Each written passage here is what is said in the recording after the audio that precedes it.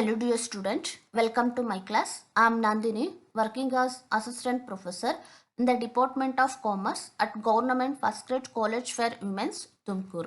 In this video, I am discussing about operating costing and transport costing.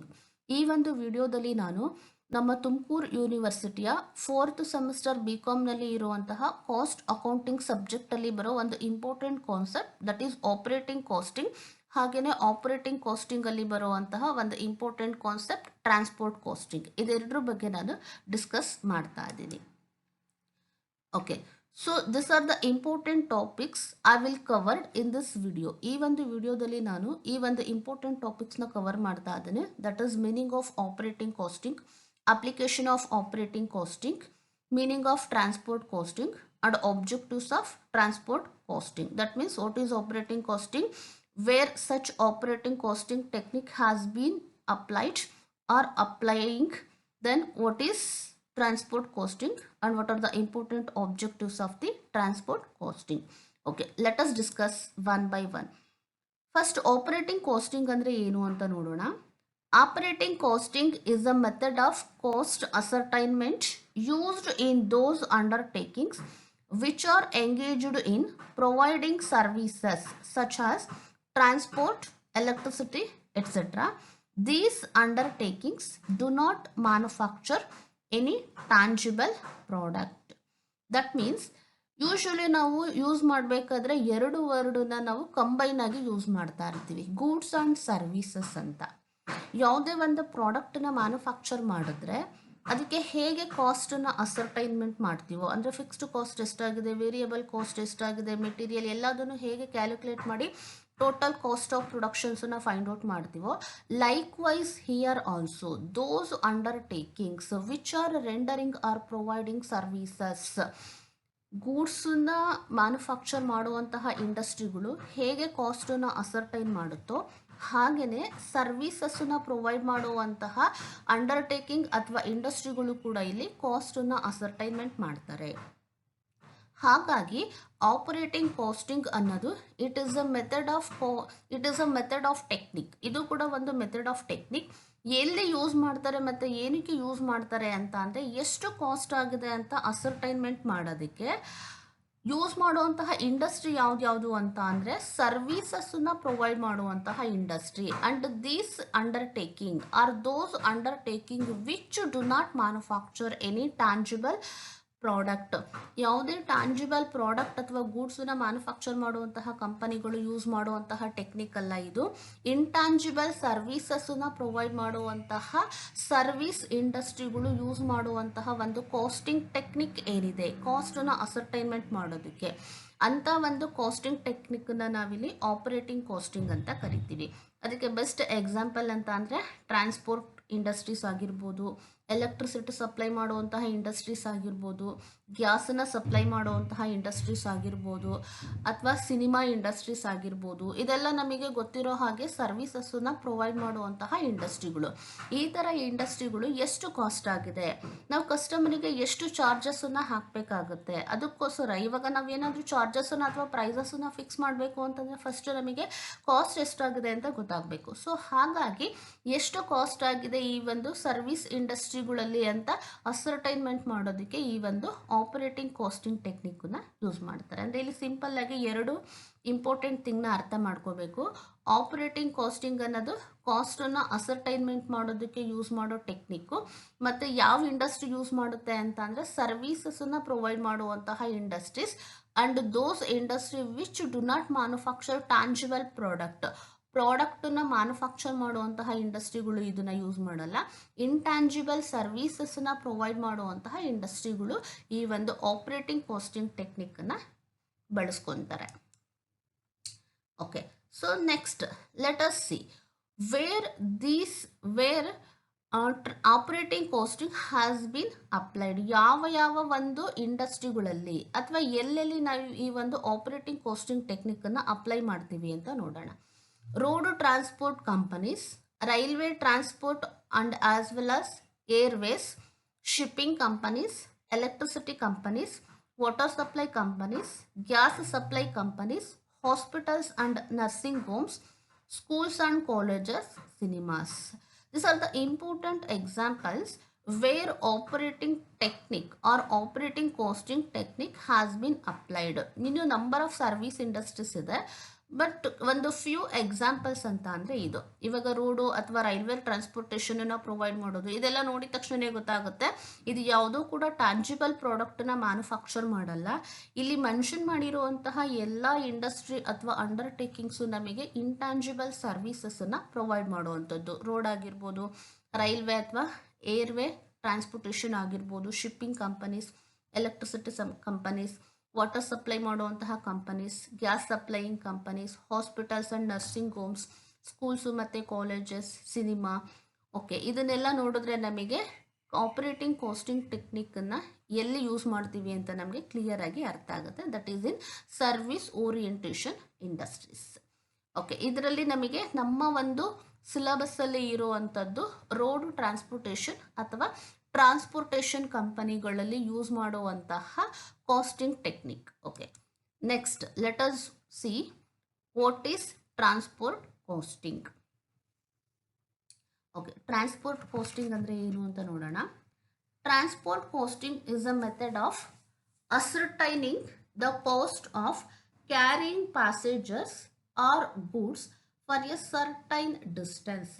Transportation ಅಂದಿದ ತಕ್ಷಣ ನಮ್ಮ ಮೈಂಡಿಗೆ ಬರುವಂಥದ್ದೇ ಒಂದು ಪ್ಯಾಸೆಂಜರ್ನ carry ಮಾಡುವಂಥದ್ದು, ಇಲ್ಲ ಅಂತ ಅಂದರೆ ಗೂಡ್ಸನ್ನ ಕ್ಯಾರಿ ಮಾಡುವಂಥದ್ದು. ಸೊ ಹಾಗಾಗಿ ಈ ಟ್ರಾನ್ಸ್ಪೋರ್ಟ್ ಕಾಸ್ಟಿಂಗ್ ಟೆಕ್ನಿಕ್ನ ಎಲ್ಲಿ ಯೂಸ್ ಮಾಡ್ತಾರೆ ಅಥವಾ ಯಾರು ಯೂಸ್ ಮಾಡ್ತಾರೆ ಅಂತ ಅಂದರೆ those people or those undertaking which are using the vehicle in order to carry the passenger or in order to carry the goods for a certain distance. ಒಂದು certain distance ಅಲ್ಲಿ ವೆಹಿಕಲ್ಸನ್ನ ಪ್ಯಾಸೆಂಜರ್ನ carry ಮಾಡೋದಕ್ಕೆ ಅಥವಾ ಗೂಡ್ಸನ್ನ carry ಮಾಡೋದಕ್ಕೆ ಏನು industry ಅಥವಾ undertaking use ಮಾಡಿರುತ್ತೋ, ಹಾಗಾಗಿ ಅದಕ್ಕೆ ಎಷ್ಟು ಕಾಸ್ಟ್ ಆಗಿದೆ ಅಂತ ಅಸರ್ಟೈನ್ ಮಾಡೋದಕ್ಕೆ ನಾವು ಈ ಒಂದು ಟ್ರಾನ್ಸ್ಪೋರ್ಟ್ ಕಾಸ್ಟಿಂಗ್ ಟೆಕ್ನಿಕ್ನ ಯೂಸ್ ಮಾಡ್ತೀವಿ.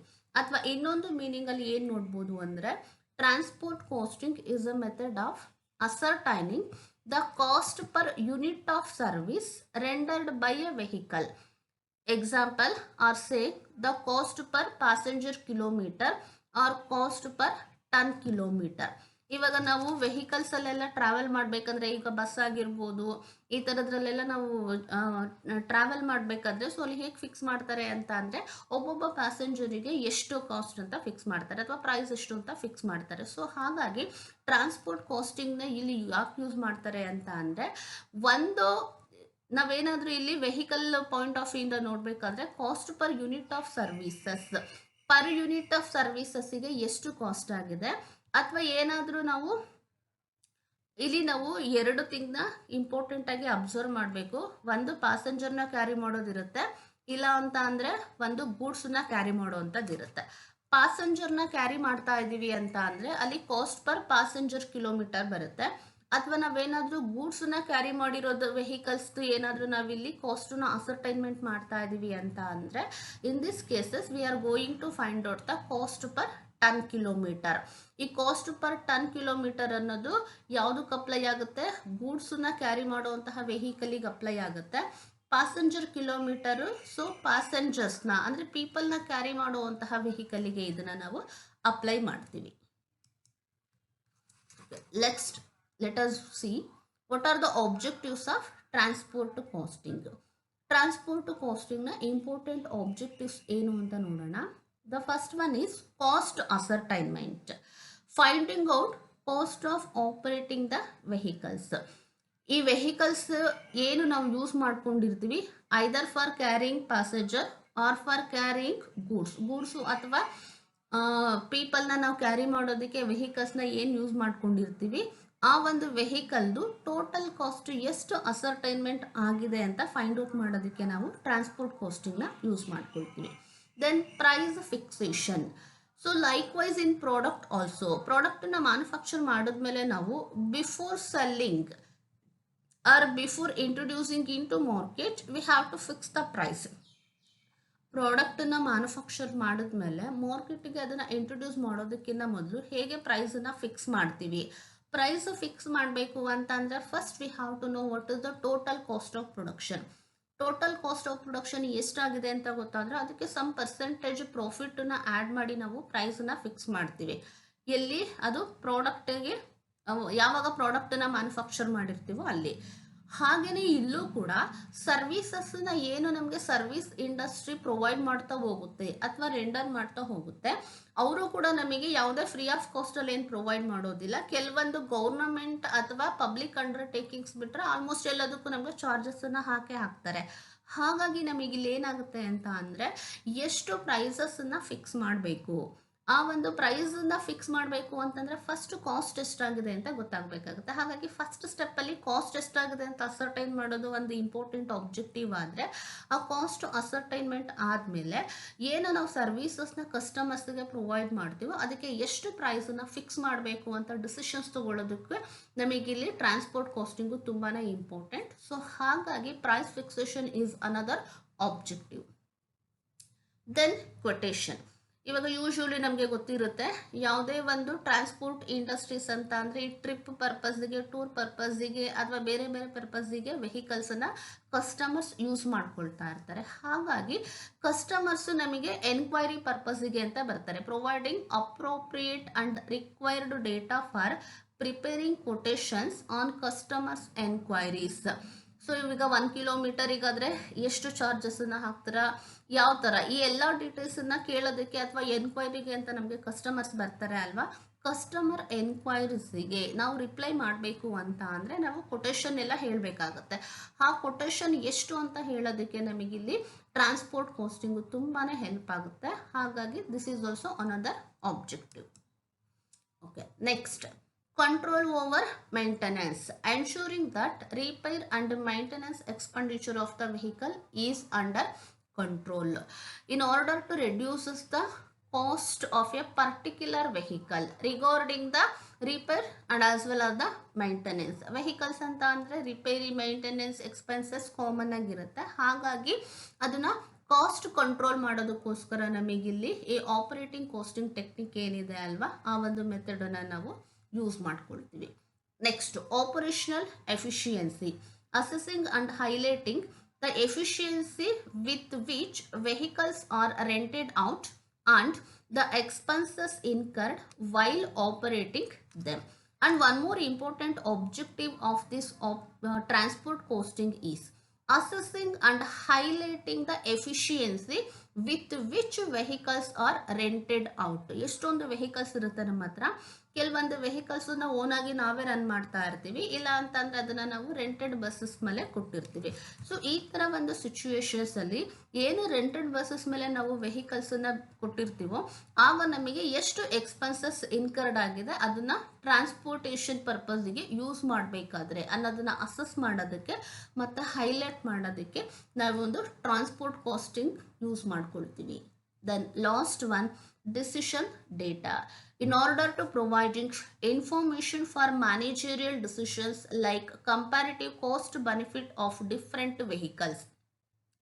One more important objective of this transport costing is providing the accurate information for the managerial decision purpose. ಇವಾಗ ನಂಬರ್ ಆಫ್ ವೆಹಿಕಲ್ಸ್ ಇದ್ದಾಗ ಎಲ್ಲ ವೆಹಿಕಲ್ಸಿಗೂ ನಾವು ಈಕ್ವಲ್ ಇನ್ವೆಸ್ಟ್ಮೆಂಟ್ ಮಾಡಿರೋದಿಲ್ಲ, ಹಾಗೆಯೇ ಈಕ್ವಲ್ ಬೆನಿಫಿಟ್ ಕೂಡ ಬರ್ತಾ ಇರೋದಿಲ್ಲ.